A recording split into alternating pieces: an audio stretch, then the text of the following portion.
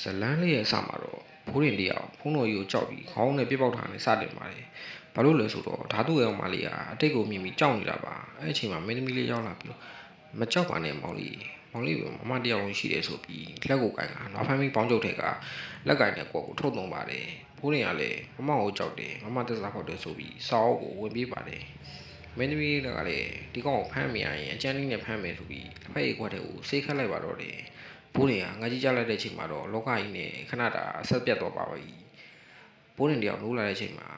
အချုပ်ထဲမှာသူရဲကောင်နှိမ့်ဆက်နေကခံရပါပြီ။သူရဲကောင်ကဘိုးရင်ရဲ့ဆောက်ခွက်ကိုဒရွေးနဲ့ထွေပြီးမိပကောင်လည်းငါပေါကောင်လည်းဆိုက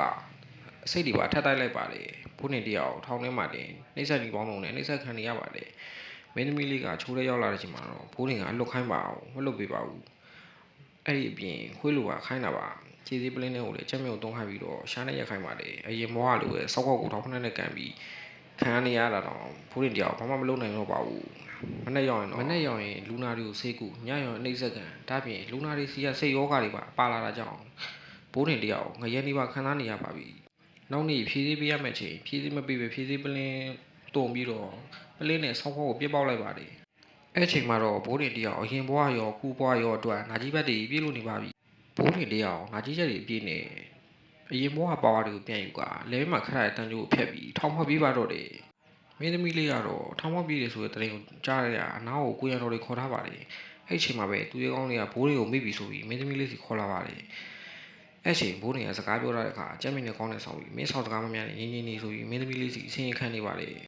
မင်းသမီးလေးကလည်းစိတ်ချရပြီဆိုပြီးကိုရံတော်တွေကိုဘိုးတွေခေါ်သွားခိုင်းပါတော့တယ်ကိုရံတော်တွေထွက်ခါပြီးနောက်သူရဲကောင်းကအစိုးရထားနဲ့တတ်တော်တော်နဲ့ကိုရှင်းလင်းလိုက်ပါပြီအဲ့နောက်သူရဲကောင်းကမင်းသမီးကိုဖမ်းပြီးစောက်ကောင်မှာငါကဘိုးတင်ပဲငါရဲ့ပါဝါကသူမပေးရဲ့ချစ်လို့ပဲမျက်နှာပြောင်းလဲလုပ်လို့ရတယ်နေ့ပြန်ပိတ်ဆက်တော့ဆိုပြီးတော့စတင်နှိမ့်ဆက်နေပါပြီအဲ့လိုနဲ့မင်းသမီးရဲ့လက်ချောင်းလေးကိုတစ်ချောင်းချိုးပြလိုက်ပြန်ဟိပေးလိုက်ကုလော့ပြီးလိုက်ညီမလေးတွေထားနေအနာပေးလိုက်ဆေးပေးလိုက်လုံနေပါတယ်တခြားနှိမ့်ဆက်တဲ့ဟာတွေအရန်ကျန်းလို့ YouTube ပေါ်မှာပြမရပါဘူး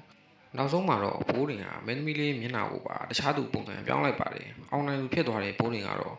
နိုင်လူအထားနဲ့ထားရည်လိုက်ပါပြီပြီးတော့မင်းသမီးလေးကိုတသက်လုံးကြုံခံခိုင်းတော့ပါဒီလိုနဲ့မနဲ့ရောက်တော့မင်းသမီးလေးတိုက်ခံရပြီးပျောက်နေကြောင်းကိုလူတိုင်းကပြောဆိုဆိုလို့နေပါတယ်ဘိုးတင်ကတော့မျက်နှာကိုအမျိုးမျိုးပြောင်းကြည့်နေပြီးစမ်းသပ်နေပါတယ်အဲ့နောက်လက်စားချေရမယ့်သူတွေကိုတွက်ပြီး